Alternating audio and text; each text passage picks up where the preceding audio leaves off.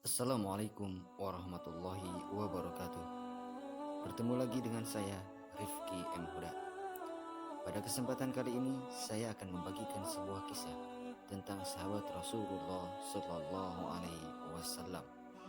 Seperti apa kisahnya? Mari kita simak di dalam video ini sampai selesai. Tapi sebelum lanjut, mari kita bangun channel ini dengan cara klik tombol subscribe, like videonya, dan aktifkan notifikasinya. Lalu bagikan kepada teman-teman kita agar teman-teman kita sama-sama mendapat manfaat dari channel ini.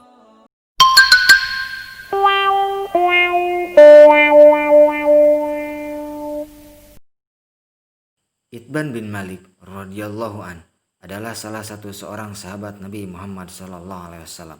Selain itu, beliau juga adalah salah seorang sahabat Ahlul Badar, dan ia ditugaskan Nabi SAW untuk menjadi imam dalam sholat jamaah di masjid kaumnya, yaitu Bani Salim. Untuk sampai ke masjid atau musola kaumnya itu, Itban harus melalui suatu lembah. Jika turun hujan, ia mengalami kesulitan untuk melewati lembah tersebut.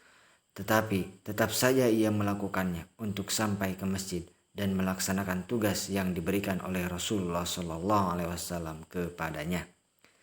Ketika usianya makin tua dan penglihatannya mulai berkurang, ia benar-benar merasa kesulitan untuk mendatangi masjid Bani Salim, terutama kalau sedang hujan, karena biasanya terjadi banjir atau banyaknya genangan air pada lembah yang harus dia lalui.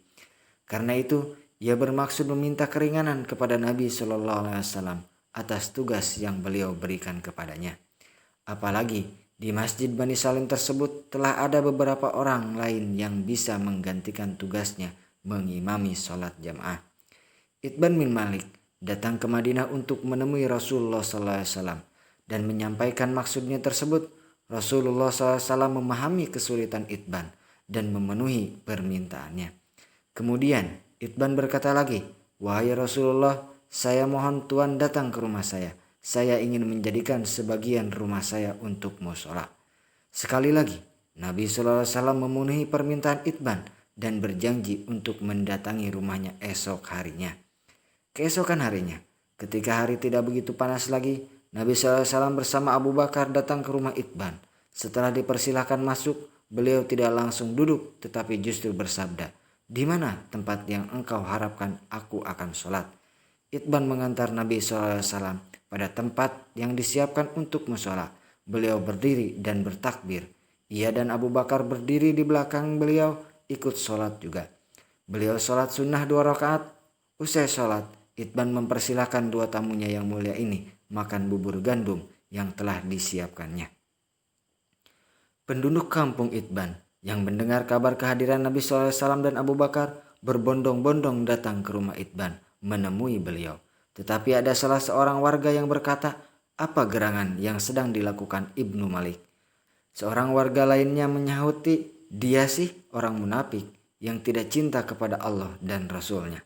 Rasulullah SAW yang mendengar pembicaraan tersebut bersabda, "Janganlah kalian berkata seperti itu.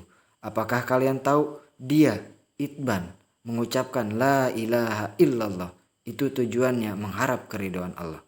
Allah dan Rasulnya lebih mengetahui," kata salah seorang dari mereka. Tetapi kemudian ia berkata lagi, "Adapun kami, demi Allah tidaklah kami mengetahui pembicaraan dan kecintaannya, melainkan condong kepada orang-orang munafik." Melihat prasangka-prasangka yang berkembang seperti itu, beliau bersabda menegaskan, "Sesungguhnya Allah mengharamkan api neraka kepada orang-orang yang mengatakan la ilaha illallah Muhammadur Rasulullah dengan tujuan untuk memperoleh keridhaan Allah." Subhanallah, begitulah kisah Itban bin Malik yang mendapatkan tugas dari Rasulullah SAW. Walaupun dengan sulit untuk mencapai tugas tersebut, tetapi beliau tetap melakukan tugas tersebut. Sekian dari saya. Wabillahi taufiq wal hidayah. Assalamualaikum warahmatullahi wabarakatuh.